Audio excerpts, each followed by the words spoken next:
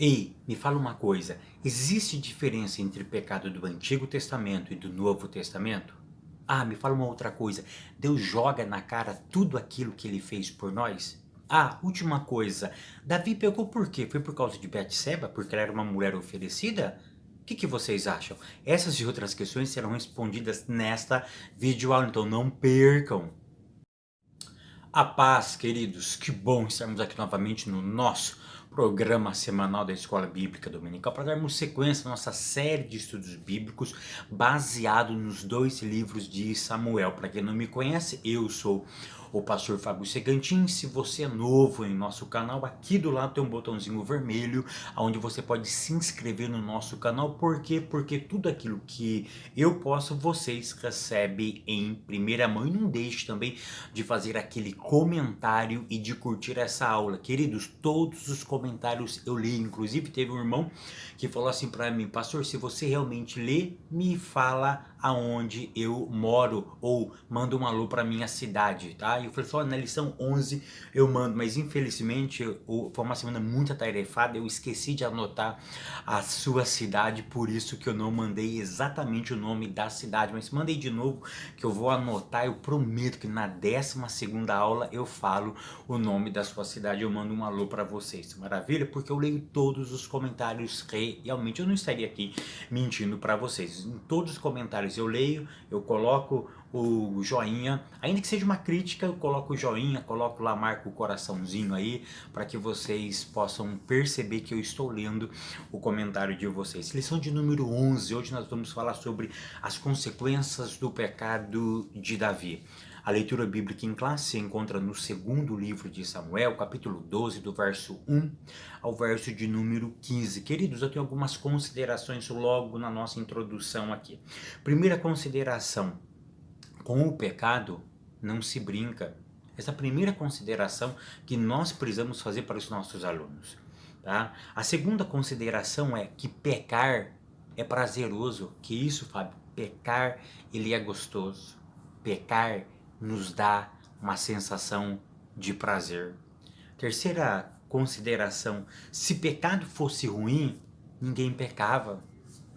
Porque a gente sempre fala do pecado e as pessoas cometem pecado porque se fosse ruim, ninguém cometia. Vocês conseguem perceber essa ideia? Quarta consideração: pecar custa caro. Eu preciso ter isso na minha mente, eu preciso entender que o pecado ele custa caro, ainda que ele é prazeroso, mas a paga dele é amarga. Ele te cobra um valor que você não consegue pagar. E o pecado, ele é tão caro que você não consegue pagar. Outras pessoas, presta atenção, pagam pelo seu pecado. Tá? Última consideração: pecado ainda tem perdão. O único pecado que a Bíblia diz que não tem perdão é a blasfêmia contra o Espírito Santo de Deus. Mas dos outros, todos têm pecado. Maravilha? Tópico primeiro: conceito de pecado no Antigo e no Novo Testamento. Ponto 1, no Antigo Testamento. Ponto 2, no Novo Testamento. Querido, vamos ser simples e objetivo. Não existe diferença de pecado no Antigo e no Novo Testamento. Pecado sempre foi pecado. Tá? O pecado de Adão, entre aspas, no Antigo Testamento, afetou nós, entre aspas, que vivemos na era da graça. Tá? Eu falo entre aspas porque eu já expliquei em algumas aulas aqui que para mim, tá? Não é que é para mim, dentro do conceito bíblico não existe Antigo e Novo Testamento, tá? Existe a Tanar, né, que é o compêndio que nós chamamos de Velho Testamento, e existe a Brit Hadashah. Então existe a Tanar, que é composto de 3 compêndios pela literatura judaica, e existe a Brit Hadashah, né, que nós conhecemos como Novo Testamento, né? Mas enfim, deixa isso para uma outra matéria. O que eu quero que vocês entendam é o seguinte, que na prática, tanto as pessoas que viveram antes de Cristo cometiam o mesmo pecado que eu e vocês cometemos. É claro que no Antigo Testamento existe um desdobramento muito profundo do conceito de pecado. Só para que vocês possam ter uma ideia, existe no mínimo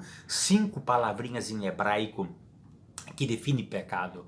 Ou seja, existem algumas palavras para pecado que uma pessoa que não professava fé em Deus, tá? Quando ele cometia um erro, por exemplo, contra um homem, ele não cometia pecado contra Deus. Eles usavam um outro conceito, né?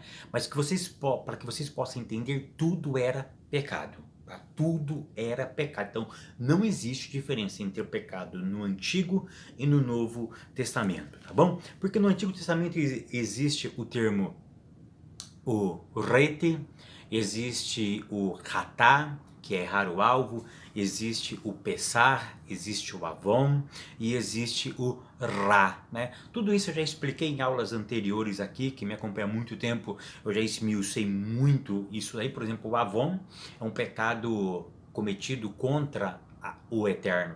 Por exemplo, alguém que não professa uma fé cristã, ele possivelmente ele nunca vai cometer o pecado de avon, né? O avonia. Avonia é meu pecado. Mas que pecado? É o pecado daquele que conhece o mandamento e transgride aquele mandamento.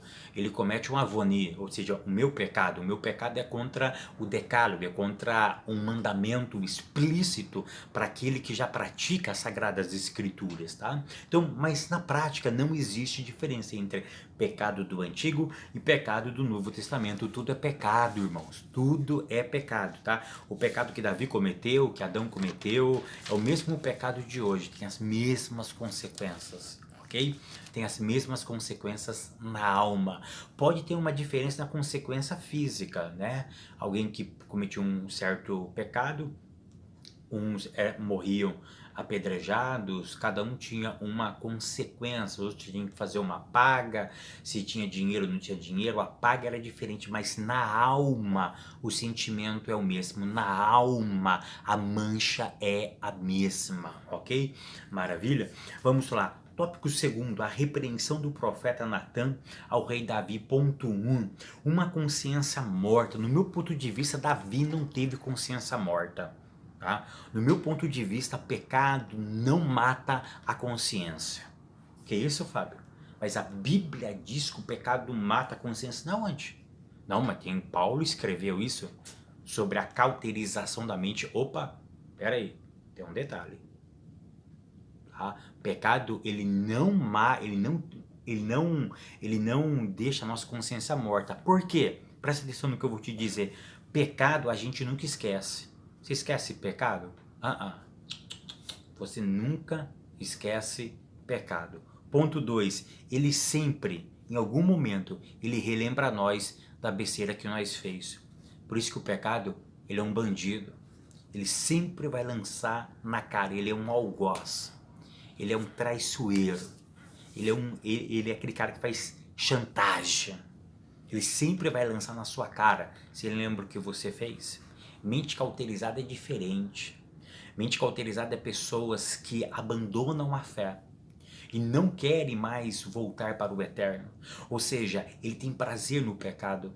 Ele faz tanto pecado que a mente dele é cauterizada, ou seja, ele se entrega ao pecado. Mas uma pessoa como eu, como vocês, amantes do evangelho, que em algum momento da caminhada comete um deslize, a nossa mente não é cauterizada. O pecado sempre vai nos relembrar. O pecado sempre vai nos relembrar. A gente não esquece aquilo que nós fizemos. Por quê? Porque nós estamos rumo ao alvo. O alvo é quem? É Cristo. Então o pecado, ele cauteriza a mente de pessoas que se entregam ao pecado. Tá? Mas o pecado, ele não produz uma consciência morta. Por quê? Mesmo uma mente cauterizada, ele lembra de que ele fez a besteira.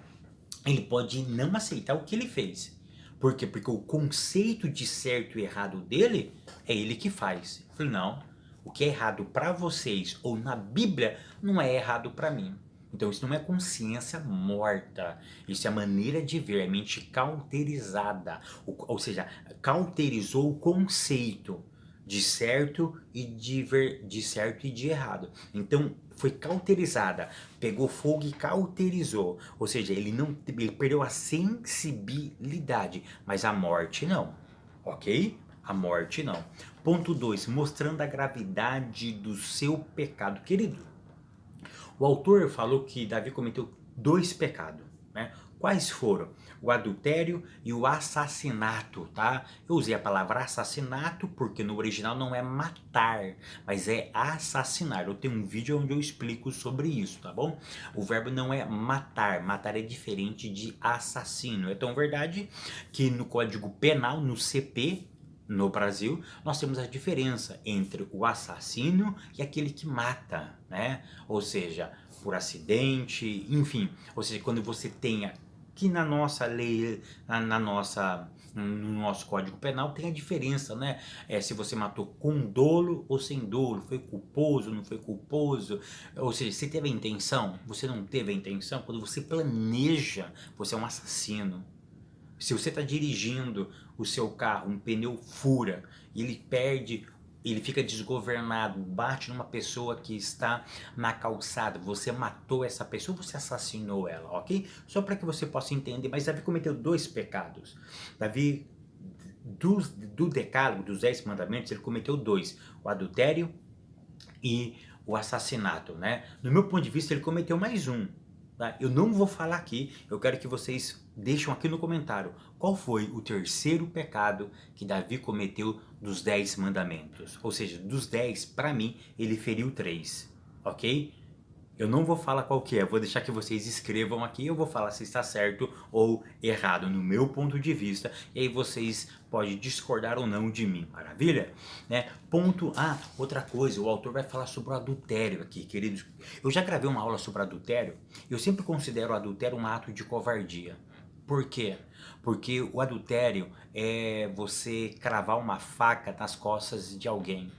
É você ser um covarde, você se mostra amigo na frente, mas por trás você é um inimigo. Ou seja, o adultério é um ato de covardia. Ele trai aquele a quem ele jurou amar eternamente. Maravilha? Ponto de número 3, traindo a generosidade divina. Querido, lê o verso 7 e o verso 8 da leitura bíblica em classe.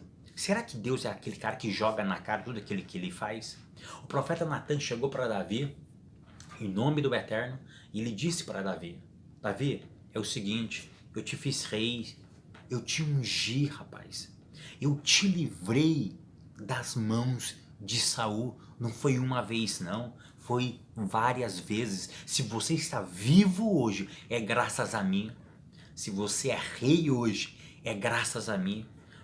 Você não tinha mérito para ser, eu te fiz ser quem você é hoje, é graças a mim. E você me trata desse jeito, Davi. Davi, você não era nada, Davi. Ou seja, ele começa a mostrar tudo que ele fez para Davi. Será que Deus estava jogando na cara? Será que Deus é esse tipo de pessoas que joga na cara aquilo que ele fez? Porque no verso 7, verso 8, ele relembra a Davi tudo aquilo que ele fez para Davi. Aprenda um princípio. Primeiro princípio, Deus nunca joga na cara aquilo que ele faz por mim e por você.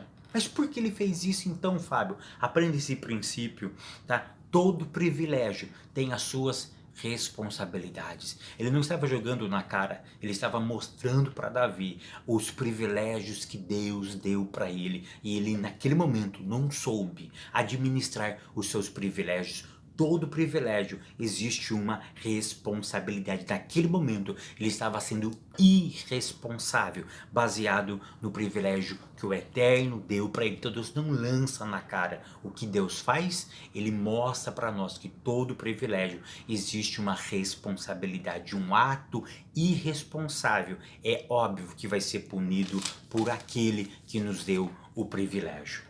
Tópico terceiro, as consequências do pecado de Davi. Queridos, eu quero que vocês sejam sinceros, né? Teve um irmão que falou assim que eu tenho que procurar uma fonoaudióloga porque a minha dicção ela é horrível. Vocês sabiam que eu já procurei uma fonoaudióloga? Eu não me lembro, já deve ter mais ou menos uns 8 anos atrás isso, né? Uns 7 anos atrás. Eu sei que a minha pronúncia não é a belíssima, não sou nenhum Silvio Santos, um grande comunicador, longe de mim, às vezes eu me embanando realmente na minha dicção, mas ela disse que eu não tinha nenhum problema. Ela disse, Fábio, o seu problema não é de dicção, você tem um outro tipo de problema, que não é dicção que resolve, você tem que treinar a sua fala com a boca mais aberta, falar mais pausadamente, né? Para que as outras pessoas possam entender, mas o seu problema não é de fonoaudiólogo, eu até marquei 10 sessões com ela, na primeira sessão ela já cancelou, ela falou assim, vai embora e você mesmo consegue resolver isso dentro da sua casa, né? Então quando eu falar alguma coisa aqui, e vocês não entenderem pela minha dicção, escreva aqui no comentário, Pastor Fábio, no minuto tal, eu não entendi essa palavra, repita por favor, eu vou repetir para vocês, eu vou escrever da forma correta aqui, maravilha, né? Vamos ser assim, eu faço isso com amor, com dedicação, eu quero que vocês sejam alcançados por essa palavra abençoadora. Tópico terceiro, as consequências do pecado de Davi, ponto 1. As consequências pelos pecados cometidos, tá? Aqui eu aprendo duas coisas. Primeiro, o pecado, ele é desleal. O pecado, ele é um bandido. Por quê, Fábio? Porque nesse ponto a gente vai ver, nós vamos observar o que o pecado fez. Quem é que pecou? Davi. Porque a casa dele pagou. O pecado, ele é, desculpa a expressão, ele é sem vergonha. O pecado, ele é debochado. O pecado, ele é um bandido. Ele é desleal. Ele deveria pegar somente aquele que fez o erro, não. Mas o pecado, ele é tão desleal, ele é tão desonesto, que ele sempre vai pegar outras pessoas que não tem nada a ver com isso. E o problema é que tem pessoas que culpam Deus por isso. Não devemos culpar Deus por isso. O pecado é a causa às vezes, dessa situação. Porque o pecado é desleal.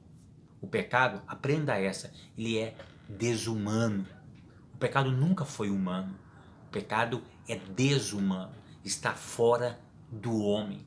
E por ele estar fora do homem, ele faz essas atrocidades. Segunda ideia que eu aprendo aqui, não pune o autor, mas vai punir os outros. É aquilo que nós acabamos de comentar aqui. Então você precisa levar isso para a classe. Por isso que eu disse na minha introdução, não brinca com o pecado. Porque o pecado não pega só você. Ele pega aquelas pessoas que você ama também. Aquelas pessoas que não participaram do seu pecado, mas elas vão receber a consequência do seu delito. Pare e pensa sobre isso. Ponto 2. Davi, o rei fraco no seu próprio lar. Queridos, nós vamos bater nessa tecla novamente, que o sucesso no ministério não garante o sucesso dentro de casa. Quantos pastores, quantos homens formidáveis em cima dos nossos púlpitos e um fracasso dentro de casa. Ele tem mais apreço ao seu ministério do que à sua casa. Ele mais aconselha filhos dos outros do que os filhos da própria casa. Ele está mais com os outros do que com os seus. Sucesso ministerial não te garante sucesso dentro da sua casa. Outra coisa, sucesso em qualquer área da vida não pode substituir o sucesso do seu lar. Uma outra coisa, precisamos ganhar, primeiramente, as batalhas dentro de casa. Porque é dentro do lar que nós temos as maiores batalhas da nossa vida. São dentro dos lares que nós construímos também as maiores vitórias da nossa existência. É dentro de casa que nós construímos homens e mulheres e entregamos para a sociedade e para Deus. Que o Eterno continue te abençoando. Que o Eterno continue com as mãos estendidas sobre a tua casa, sobre a sua vida, sobre o teu ministério. E até semana que vem, querendo Deus.